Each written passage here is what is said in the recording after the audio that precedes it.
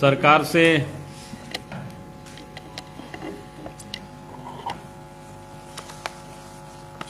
से जो जनता की उम्मीदें होती है वो सबसे पहले कानून व्यवस्था को लेकर के। क्या आम जनता को ये लगता है कि भाई सरकार रहे तो कानून व्यवस्था ठीक ठाक हो ताकि लोग आराम के जीवन लोग जी सके, भय मुक्त होकर के लोग रह सके। लेकिन झारखंड प्रदेश में इन 2 वर्षों में जो हालत बनी है, आज कोई भी लोग कहीं भी कोई लोग सुरक्षित नहीं है। अपराध में लगातार इजाफा हुआ है। ये बिल्कुल लगातार घटनाओं में वृद्धि हुई है, कमी कहीं नहीं हुआ। और उसके लिए मुख्य कारण मैंने कई एक दफा इस बात का उल्लेख किया है कि जिनका काम, पुलिस का काम होता है अपराध पर काबू पाना, अपराधियों को पकड़ना और जेल में डालना, लेकिन आज झारखंड के पुलिस को सरकार ने वसूली में ही सिर्फ लगा दिया और एक टूल की तरह उनका उपयोग करते हैं, जिस कारण से लॉ एंड ऑर्डर लगातार बद से बदतर होती जा रही है। अगर उसकी 2020 से लेकर के आज तक, यानी झारखंड में जब से सरकार बनी है हेमंत सोरेन की, अब ये 2 साल 29 तारीख को ये पूरा होगा। अब इन 2 वर्षों में अगर हम देखते हैं झारखंड में जिस प्रकार से हत्या हुई है, तो हत्या ही 3451 घटना हुई। फिर बलात्कार की घटना है 3154।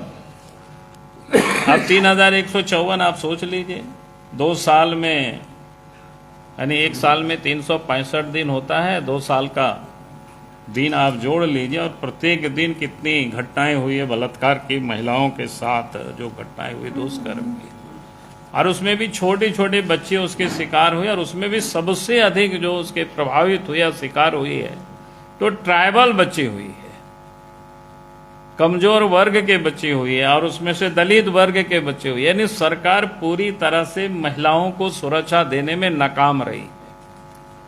ये झारखंड की एक तस्वीर है। नक्सली घटनाओं में भी इजाफा ही हुआ है, पूरे 654 की घटनाएं हुई, लूट की घटना, डकैती की घटना। यानी इस प्रकार से अगर टोटल क्राइम को देखेंगे तो 1,14,000 यानी लाख से भी अधिक घटनाएं हुई इन 2 वर्षों में। क्राइम सब टोटलिटी में मैं बात कर रहा हूं। ये अपने आप में बहुत बड़ी घटना है। अगर सरकार अपराध पर ही काबू नहीं पा सके तो झारखंड में हालत क्या है आप सबको पता है कि आज तो व्यापारियों को किस प्रकार से टेलीफोन पर मैसेज दिया जाता है, राज्य के राजधानी में भी और पूरे प्रदेश की यही हालत है। कहीं कहीं तो हमारे पास लोग मिलते हैं कि जिनको आपराधिक ओर से मैसेज दिया जाता है कि हमें इतना पैसा भेजिए नहीं तो मार देंगे, और पुलिस के पास लोग जाते हैं तो पुलिस ये कह देती है कि भाई आप मामला को सलटा लीजिए, यानी ले दे करके।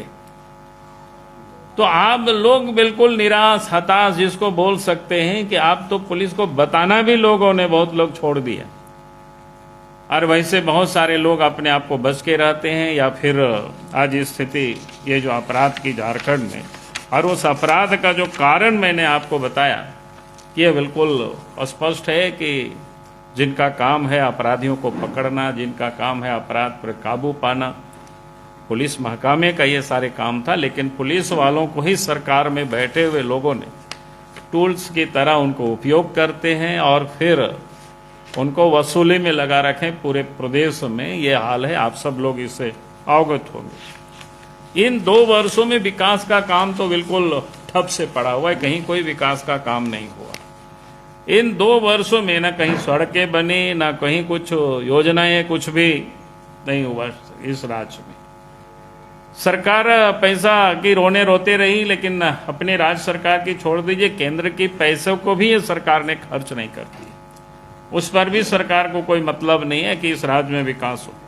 सरकार की अगर बजट भी दिसंबर माह तक का खर्च का विवरण देखेंगे तो टोटलिटी में 34.90% पैसे को अभी तक इन्होंने खर्च कर पाया, जबकि दिसंबर समाप्त हो गया, इसके बाद 2 या 3 महीना और बचे हुए हैं। तो आप समझ सकते हो कि किस प्रकार से सरकार काम कर रही है। उसमें से कई एक ऐसे क्षेत्र है जो रूरल डेवलपमेंट, जो ग्रामीण विकास, इसको कहते हैं ना रूरल वर्क्स में, मात्र 11% पैसे की सरकार ने खर्च किया है रूरल डेवलपमेंट में। तो ये आप समझ सकते हो कि भाई किस प्रकार से, जहां ग्रामीण क्षेत्रों में, झारखंड में जो गरीबी है और वहां पर जो सरकार के पैसे की जो खर्च का जो आंकड़ा है वो अपने आप साफ दिखता है। पंचायत का चुनाव नहीं हुआ तो वहां भी 28% मात्र खर्च हुआ है। ये टोटलिटी में अगर इसको देखें तो 28% ही जो रूरल डेवलपमेंट में जितने भी रोड कंस्ट्रक्शन वगैरह जो होता है सब मिला करके सरकार ने खर्च किया है। फिर ड्रिंकिंग वाटर, सैनिटेशन, इस सब चीजों में जहां पर भारत सरकार की योजना है कि भाई नल से जल लोगों को पहुंचाना, भारत सरकार पैसा देती है, लेकिन ये सरकार भी पैसा खर्च करने में बिल्कुल फिसदी है। मात्र 24% पैसा अभी तक वो खर्च कर पाई है। ऐसे अनेकों विभाग हैं। इस प्रकार से मैं एक एक विभाग तो यहाँ नहीं कह रहा हूँ, लेकिन जो हेल्थ, मेडिकल, एजुकेशन और फैमिली वेलफेयर, इस सारे चीजों में क्या कहते हैं मात्र 26% पैसे सरकार ने खर्च किए, जहां पर खर्च करने की अधिक जरूरत है। आज आए दिन आप सब लोग हॉस्पिटल की स्थिति को से आप सब लोग परिचित हैं। तो इस प्रकार के विकास का काम, इनके पास कोई प्रायोरिटी नहीं है, कोई योजना नहीं है, कोई प्लानिंग नहीं है कि हमें क्या करना, किसको प्रायोरिटी वो वही देते हैं जहां से उनको पैसा आने की गुंजाइश होती है। तो इस प्रकार से ये स्थिति है राज्य सरकार की। फिर हमने जल जीवन मिशन की आपको बताए, तो आज ये जो पहुंचाने का जो लक्ष्य था उससे भी सरकार काफी पीछे है। राज्य में किसानों के साथ भी जो स्थिति है वो किसी से छुपा हुआ नहीं है। सरकार ने बड़ी बड़ी बातें करती थी, केंद्र की उन्होंने घोषणा तो की 636 कराए केंद्र की। 15 दिसंबर तक जो धान की जो खरीदारी हुई है सरकार की, तो अभी तक वो 17,000 टन धान की क्रय केंद्र से खरीदा गया है। और लक्ष्य इन्होंने रखा था कितना, 8 लाख टन की खरीदारी का। अब दिसंबर समाप्त हो गया, जनवरी वगैरह बचा हुआ है, तो इसका मतलब है कि खरीदारी में, क्योंकि धान तो मैक्सिमम खेत खलिहान से लोगों ने आप पीट काट करके लोगों ने निकाला, सरकार के पास कोई खरीदने वाला नहीं, जहां दाम भी जितना बोला वो भी नहीं दे रहा है। कुल मिला जुला करके ये स्थिति है इस प्रदेश की। जो सरकार किसान आज औने पौने दाम पर बाहर भेज रही है, सस्ते दाम पर भेज रही है, क्योंकि सरकार उसमें खरीदने के लिए कहीं भी कोई व्यवस्था नहीं है ठीक प्रकार से सरकार की। तो ये पूरे प्रदेश की यही हालत है। जीपीएससी का तो आप सब लोग को पता ही है, अभी भी आप सब ने देखा कि जीपीएससी में किस प्रकार से घोटाला हुआ है, गड़बड़ी हुई है, ये तो सिद्ध हो चुका।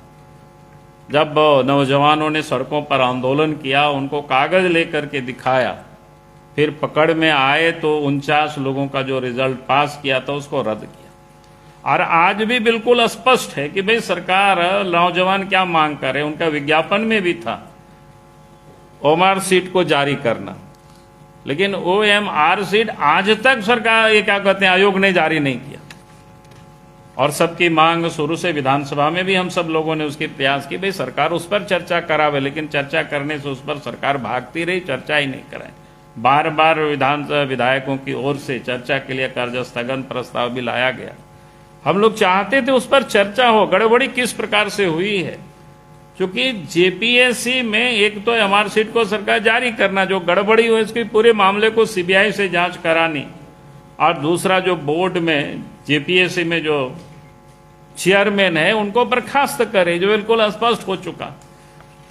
जिसमें कहीं कोई जहां शिकायत हो वहां तो उन्होंने कुछ हटाए नहीं, लेकिन जहां शिकायत नहीं था वैसे उन्होंने कई एक एग्जाम को रद्द किया है। पिछले दिन आप सबको पता है स्टाफ सिलेक्शन कमीशन का जो है, यानी झारखंड कर्मचारी चयन आयोग का, उसका एग्जाम का एक रद्द किया। कई एक विभाग में तो बच्चों ने जो एग्जाम भी दिया, परीक्षा सब प्रकार से औपचारिकताएं पूरी हो गई, सर्टिफिकेट भी उनका जांच वगैरह जितना भी होना था वो सब हो गया। सिर्फ नियुक्ति पत्र देना था, जैसे पंचायत सेवक है, सहायक लोक अभियोजक है, इस प्रकार की कई एक, फिर अनुसूचित गैर अनुसूचित 11 जिला में हाई स्कूल के शिक्षकों की नियुक्ति है, कहीं कोई प्रॉब्लम नहीं है। बच्चों ने हाई स्कूल से भी क्या कहते हैं कोर्ट से भी लोगों ने आदेश ले करके आए और उसमें भी एक आध विषय का तो बहाल किया, लेकिन बाकी मामला को लटका करके रखे। लटका के क्यों रखे हैं कि परे से बाहर है, लेकिन हमें तो साफ लगता है कि सरकार उस पर भी कहीं कमीशन के चक्कर में तो नहीं है, लोगों से वसूली के चक्कर में तो नहीं है कि ताकि लड़के लोग फिर मिले उनसे, फिर लोगों से बात करें, फिर वसूली करें। तो ये पूरी तरह से झारखंड में जो स्थिति है सरकार की, तो वो साफ दिखता है। अब मनरेगा में ही देखेंगे, पहले ही आपको बताया कि कितना कम काम हुआ है रूरल क्षेत्र में। मनरेगा के अंतर्गत जो सिंचाई कूप सरकार 2020 और 21 में उनका जो स्वीकृति दिया था 47,548 सिंचाई कूप निर्माण की स्वीकृति देते सरकार की ओर से, लेकिन निर्माण कितना हुआ अभी तक 6,007 सिंचाई कूपों की, यानी 12% ही मात्र काम पूरा हुआ। तो आप समझ सकते हो कि ग्रामीण अंचलों में क्या है कि भाई मनरेगा है, भारत सरकार पैसा देती है, अगर सिंचाई कूप बनता तो कुछ तो लोग सिंचाई का काम करते, रोजगार भी मिलता, सिंचाई का भी काम करते। वो भी मामला लटका हुआ। 21-22 में 769 सिंचाई कूप के निर्माण की स्वीकृति दिया है और ये दिसंबर समाप्त हो रहा है। अभी तक जो हमने इसकी रिपोर्ट जानकारी प्राप्त करने की कोशिश की तो पता चला मात्र 218 कूप का ही निर्माण हुआ है। बाकी आप मार्च के बाद आपका दिसंबर के बाद तो आप मार्च ही 3 महीना में कितना पूरा होगा। तो ये आप सब ने एक ग्रामीण अंचल का बताए। फिर झारखंड में 2-3 चीजें आप देखें, ये सरकार एक तो हमने कहा कि प्रशासन को टूल्स की तरह यूज करते हैं, पैसा वसूली में लोगों को लगा रखे हैं, और उसके साथ साथ सरकार तुष्टीकरण जिसको बोलते हैं, पिछले दिनों विधानसभा में नमाज पढ़ने के लिए कक्ष का आवंटित करना, फिर सदन में भी हम लोग लड़े और सड़कों पर भी हम लोग लड़ाई लड़े। उसके बाद लाठी चली, आप सब लोगों के ध्यान में है कि कई लोगों के ऊपर, कार्यकर्ता के ऊपर केस भी किया है। फिर विधानसभा अध्यक्ष ने कमेटी बनाया, लेकिन अब तो 50-60 दिन हो गए, लेकिन उस कमेटी का कोई अभी तक निर्णय नहीं आया है। नहीं, जानबूझ करके मामला को विधानसभा अध्यक्ष ने उसको भी लटका के रखा है ताकि उनको, खास करके मुस्लिम माइनॉरिटी को खुश करने के लिए ये काम किया। और इतना ही नहीं, आप सब लोगों ने देखा होगा 5/3/2021 में एक क्या कहते हैं संकल्प सरकार ने जारी किया था। वो खास करके जो बच्चियों को जो साइकिल जो मिलता है उसमें से अनुसूचित जाति, जनजाति, अल्पसंख्यक एवं पिछड़ा वर्ग के कल्याण विभाग द्वारा 5/3/2021 को, उसमें क्या है, एक तो है कि 4500 तक के अधिकतम साइकिल खरीद के लिए पैसे, क्या बोलते हैं, साइकिल उनको मिलेगी इतने तक का परचेज। लेकिन उसमें से जो उन्होंने संकल्प में क्या कहा, अनुसूचित जाति, जनजाति, पिछड़ा वर्ग के लाभुक छात्र छात्राओं को अपने आवेदन के साथ, यानी वो लोग जब साइकिल के लिए आवेदन करेंगे तो उसके साथ सक्षम स्तर से ऑनलाइन निर्गत जाति प्रमाण पत्र उनको संलग्न करना होगा। लेकिन मुस्लिम माइनॉरिटी बच्चे, उनके लिए स्वघोषित जिसको कहते हैं, सेल्फ घोषित जाति प्रमाण पत्र, यानी एफिडेविट करके देंगे कि हम इस पिछड़ा वर्ग से आते हैं, ये से आते हैं। अब ये बिल्कुल स्पष्ट है भाई, अगर आप ST SC या OBC, एक तो सबके लिए अगर समान सर्कुलर होता तो समझ में आता है, लेकिन माइनॉरिटी को साफ उसमें से लिखा है कि भाई माइनॉरिटी बच्चों के लिए, माइनॉरिटी माने मुस्लिम माइनॉरिटी, उनके लिए उनको स्वघोषित ही जाति प्रमाण पत्र वो देंगे, उसको वो मान लेंगे और उसी आधार पर उनको साइकिल देंगे। ये किस प्रकार से सरकार, यानी तुष्टीकरण, अपनी वोट बैंक की राजनीति करना। और हम लोग जब आवाज उठाते हैं तो ये कहेंगे कि हिंदू मुसलमान के लोग बात करते, हिंदू मुसलमान की बात तो वो खुद करते हैं, खुद काम करते हैं इस प्रकार की जानबूझ करके। और आप बताइए भाई, यहाँ के जो ट्राइबल है, यहाँ के दलित है, यहाँ के पिछड़े हैं, जिनको ये मिलना चाहिए, तो अगर होता तो फिर सबके लिए करता ही एक व्यवस्था, लेकिन नहीं, उनके लिए स्पष्ट। फिर एक विषय है कि आजकल आपने देखा होगा, मैं बार बार कहता हूं कि सरकार कमाने का कोई भी जो रास्ता वो ढूंढते रहता है, कैसे कमाया जाए। इसलिए लूट की कहानी तो बहुत लंबी है, आप सबको पता ही है, चाहे बालू हो, पत्थर हो, लोहा हो, जितनी भी प्रकार की जमीन हो, ये सारे लूट मची हुई है पूरे प्रदेश में, सब जगह जाएंगे। अभी तो हम चाईबासा गए थे, वहां लोग बताए कि नदी में अब बालू ही नहीं बचा हुआ है, सभी बालू को नदी से निकाल करके समझिए सब बाहर चला गया। अब वहां लोगों को कल घर भी बनाना होगा आसपास में, तो उनके लिए बड़ा मुसीबत है। क्यों? इसलिए कि लीगल तो कहीं होता नहीं है, उसका कोई ऑक्शन हुआ नहीं है, लेकिन इलीगल, ताकि उसकी पैसा सरकार के खजाना में तो नहीं, लेकिन हेमंत सोरेन के खजाना में ये सारे पैसे जा रहे हैं। और इस प्रकार की वो ढूंढते रहते हैं कहां से पैसा आए। तो एक आप सब लोगों को ध्यान में होगा कि ये खाद्य आपूर्ति विभाग से सरकार, एक तो हमने क्या सितंबर में अभी तक पूरे प्रदेश में ठीक प्रकार से जो अनाज जो मिलता था 5 किलो अतिरिक्त, या तो 5 किलो अतिरिक्त अनाज दिया या सरकार की ओर से मिलता था वो दिया, मैंने पूरे घपला कर दिया है पूरे प्रदेश में। आप यहाँ के जितने भी अफसरों से बात करें, डीएसओ से, बाकी से, कोई भी सीधे उत्तर नहीं दे पाते। आप सब लोग भी प्रयास कर लेना, ट्राई कर लेना, उन लोगों से पूछ लीजिए भाई सितंबर महीना में लोगों को आखिर अभी तक जो 10 किलो अनाज मिलने वाला था मात्र 5 किलो ही मिला, और 5 किलो अभी तक नहीं मिला। यानी पूरे उसमें कहीं ना कहीं गड़बड़ झाला है। और ये पैसा कमाने के लिए तरह तरह की जुगाड़ लगाते हैं। पिछले दिनों आप सब लोग देखे, सरकार बड़ी बड़ी हाँकते हैं कि भाई हम साड़ी, धोती और लुंगी बांट रहे, और उसमें से यानी प्रत्येक 6 महीना में और साल में 2 बार देने का, और 6 महीना में 1 बार साड़ी धोती देंगे तो एक बार में 247.37 करोड़ का 2 बार देंगे, तो कुल मिला जुला करके लगभग 500 करोड़ की पैसे होते हैं। और उसमें से मैंने धोती की कीमत 184 रुपया रखा है, लुंगी की 204 रुपया और साड़ी की 228 रुपया कीमत। हमने आज तो ले आए नहीं है, लेकिन हमने उसको देखा है, हमने रखा भी है मांग करके। इतनी घटिया किस्म की है, 100% के भी वो कपड़े नहीं है, लेकिन इतना बड़ा। तो ये सारे जो Mafatlal industries and limited company Mumbai को जो दिया गया है, तो इसमें भी बड़ी लेन देन है। हम लोगों ने बार बार कहते हैं कि भाई आप साइकिल खरीद के क्यों देना चाहते हैं, धोती कपड़ा क्यों देना चाहते हैं, इसमें तो लूट हो रही है, करप्शन हो रहा है, अफसर, भ्रष्ट अफसर खा रहे हैं, ठेकेदार खा रहे हैं, और सरकार में बैठे हुए लोग भी। भाई करप्शन फ्री करने के लिए आज तो डीबीटी लागू है, अब तो टेक्नोलॉजी है। जब भारत सरकार डीबीटी के माध्यम से पैसा गरीबों के खाते में भेज रहे हैं, किसानों के खाते में भेज रहे हैं, ये जो साड़ी और धोती और लुंगी के लिए जो आप पैसे भेज रहे हैं, तो सीधे आप पैसे भेजें उनके खाते में, ताकि और 200-300 रुपया लगा करके अच्छे कपड़े लत्ते खरीद लेंगे बाल बच्चों के लिए, गरीब बेचारा। लेकिन इनको तो गरीबों से कोई चिंता नहीं है, झारखंड की ट्राइबल गरीबों से किसी से उनको चिंता नहीं है। सिर्फ ये कमीशन खोरी के लिए वो सारे जो क्या कहते हैं निम्न स्तर के कपड़े, जो लोग बोलते हैं कि एक बार लोग धोते हैं तो फिर वो समाप्त हो जाता है।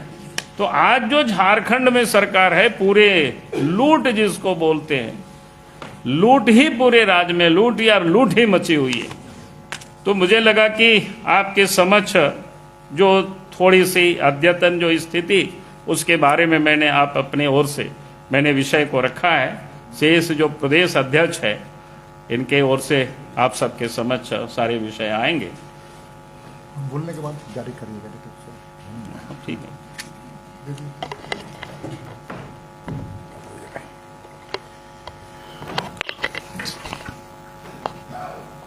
सबसे पहले आप सब लोगों का अभिनंदन। आने वाले 9 वर्ष आपके जीवन में एक नई खुशहाली लेकर आए, ये भारतीय जनता पार्टी झारखंड प्रदेश की कामना है।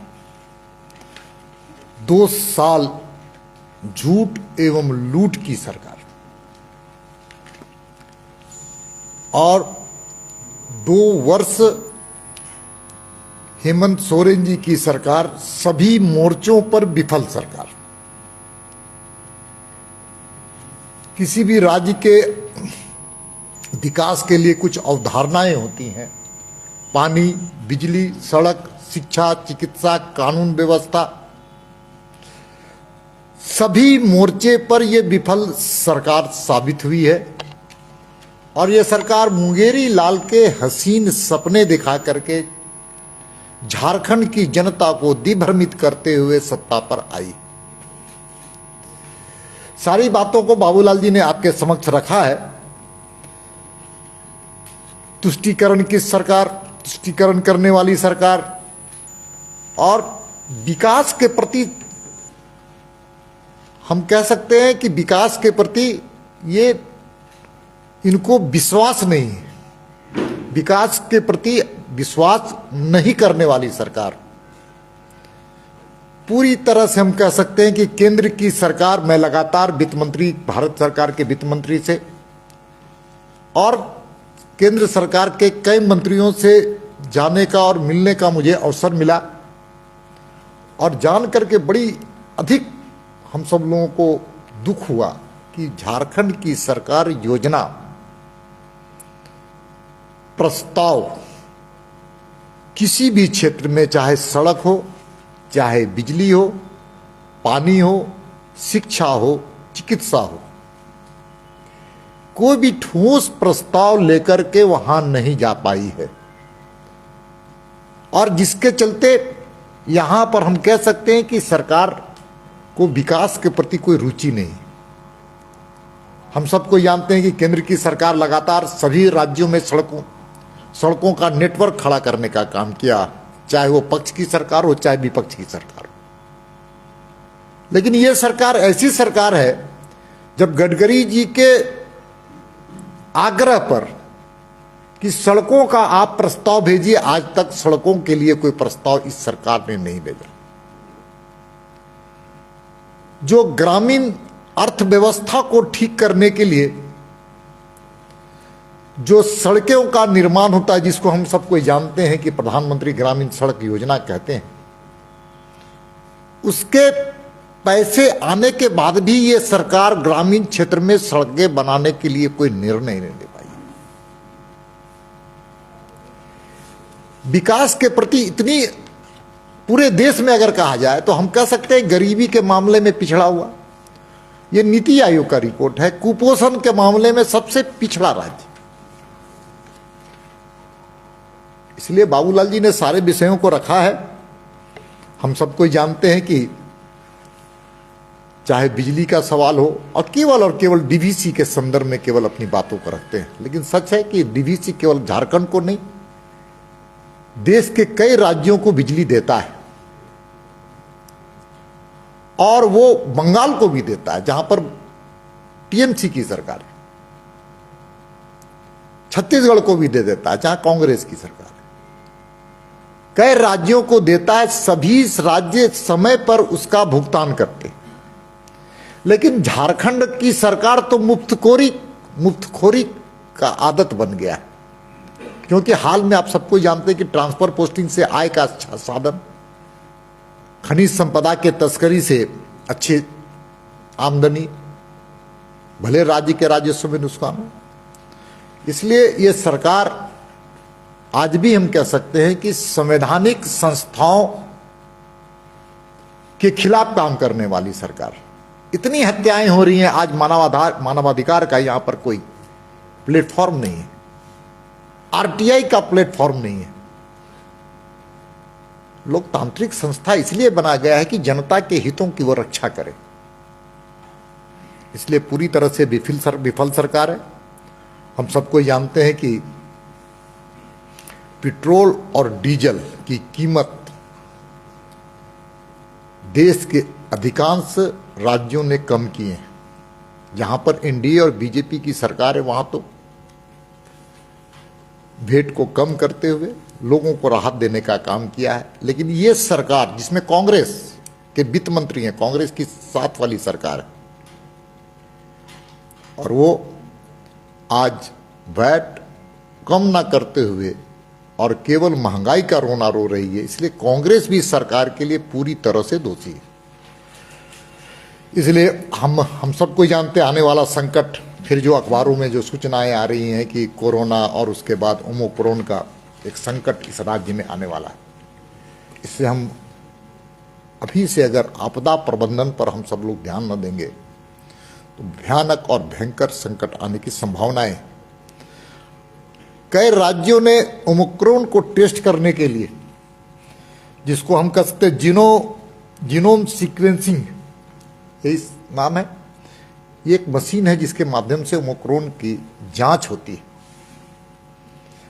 और राज्य की सरकार, वर्तमान राज्य की सरकार आज तक उसको खरीदने में असफल है। और उसके कोई आज ओमिक्रॉन का कोई पेशेंट आएगा तो या आया होगा या है, लेकिन इस राज्य में वो जांच नहीं हो पाएगा क्योंकि राज्य की सरकार अभी तक उसकी व्यवस्था नहीं की है। इसलिए आप सबको जानते हैं कि वैक्सीनेशन के मामले में यह राज्य सबसे पिछड़ा राज्य है। मैं कई प्रदेशों की चर्चा करूंगा तो दिल्ली की अगर बात करें तो वहां 100%, हिमाचल प्रदेश की बात करें तो वहां 100% वैक्सीनेशन हो गया है। और झारखंड आज 50% डबल डोज लेकर के बैठा हुआ है। राज्य की सरकार इसके लिए दोषी है। कोरोना की लड़ाई लड़ने के लिए इनके पास मादा नहीं है, न नियत है। इसलिए सरकार पूरी तरह से, हम कह सकते हैं, किसानों के सवाल पर, मजदूरों के सवाल पर, नौजवानों के सवाल पर, आदिवासियों के सवाल पर, महिलाओं के सवाल पर ये जन विरोधी सरकार है। इसलिए भारतीय जनता पार्टी ने तय किया है कि लगातार हम संघर्ष कर रहे हैं। इनके हर जन विरोधी नीतियों का हम संघर्ष कर रहे हैं। हमारे 336 कार्यकर्ताओं पर FIR किए गए, फर्जी मुकदमे किए गए। जन आंदोलन को रोकने के लिए, जब जन आंदोलन का नेतृत्व करने के लिए जब भारतीय जनता पार्टी का कार्यकर्ता सड़क पर उतरता है तो ये सरकार तानाशाह का प्रवृत्ति का परिचय देते हुए FIR हमारे यहाँ, हमारे कार्यकर्ताओं पर किया, चाहे वो विधानसभा का घेराव हो या फिर JPSC के सवाल पर हो, चाहे संविदा कर्मियों के हकूक की लड़ाई के लिए हम लोग जब उतरते हैं तो फर्जी मुकदमे किए जाते हैं, देशद्रोह का मुकदमा किया जाता है। इसलिए भारतीय जनता पार्टी लगातार संघर्ष कर रही है और अब संघर्ष को हम तेज करने जा रहे हैं, क्योंकि ये जनता की अभिव्यक्ति है। जनता इस सरकार से निजात पाना चाहती है। इसलिए भारतीय जनता पार्टी ने तय किया है कि अपने संगठनात्मक विस्तार, जीवंत और धारदार संगठन को हम बनाएंगे ही, लेकिन साथ साथ जो ये सरकार है, केंद्र सरकार की जो भेजी हुई योजनाओं को हड़पने वाली सरकार, उस सरकार को के चेहरे को जनता ने अच्छी तरह से पहचान लिया है। इसलिए इस तानाशाह सरकार के खिलाफ हम संघर्ष को तेज करेंगे। 27 तारीख को भारतीय जनता पार्टी ने तय किया है कि सभी जिले में एक बड़े रूप में, व्यापक रूप में हम सब लोग धरना देंगे, प्रदर्शन करेंगे और साथ साथ में हवन भी हम सब लोग देने का काम करेंगे इस सरकार के खिलाफ।